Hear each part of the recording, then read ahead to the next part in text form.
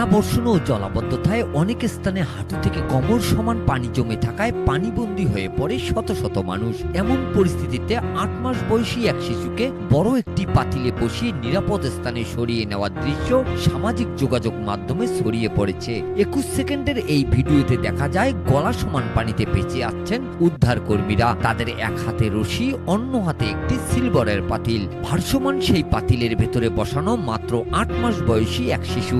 চট্টগ্রামের বাঁশখালীতে ফায়ার সার্ভিসের সহায়তায় এই উদ্ধার অভিযান চালানো হয়। ভয়াবহ সৃষ্ট বন্যায় প্লাবিত বাঁশখালীর চেচুরিয়া ব্রিজের পাশে একটি পরিবার আটকে থাকার খবর পেয়ে বুধবার রাতে ফায়ার সার্ভিসের ৮ সদস্যের একটি ইউনিট অভিযানে যায়। সেখান থেকে তারা ৮ জন নারী ও ৫ শিশুকে উদ্ধার করে স্থানীয় আশ্রয় কেন্দ্রে নিয়ে যান। ভিডিওতে দেখা যায় শিশুটির গায়ে যাতে বৃষ্টির পানি না পড়ে সেজন্য পাতিলের উপর ছাতা ধরে এগিয়ে যাচ্ছেন ফায়ার সার্ভিসের কর্মীরা। ব্যতিক্রম এই উদ্ধার অভিযান সামাজিক যোগাযোগ মাধ্যমে প্রশংসা কুড়িয়েছে।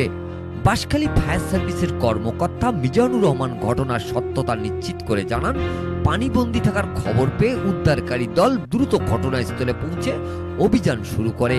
পানির গভীরতা ও স্রোতের কথা বিবেচনা নিয়ে শিশুটিকে বড় পাতিলে বসিয়ে নিরাপদ স্থানে স্থানান্তর করা হয়। আটকে পড়া পুরো পরিবারটিকে সফলভাবে উদ্ধার করা সম্ভব হয়েছে এবং আশ্রয় কেন্দ্রে নেওয়া হয়েছে। Mizanur Rahman, DRS news.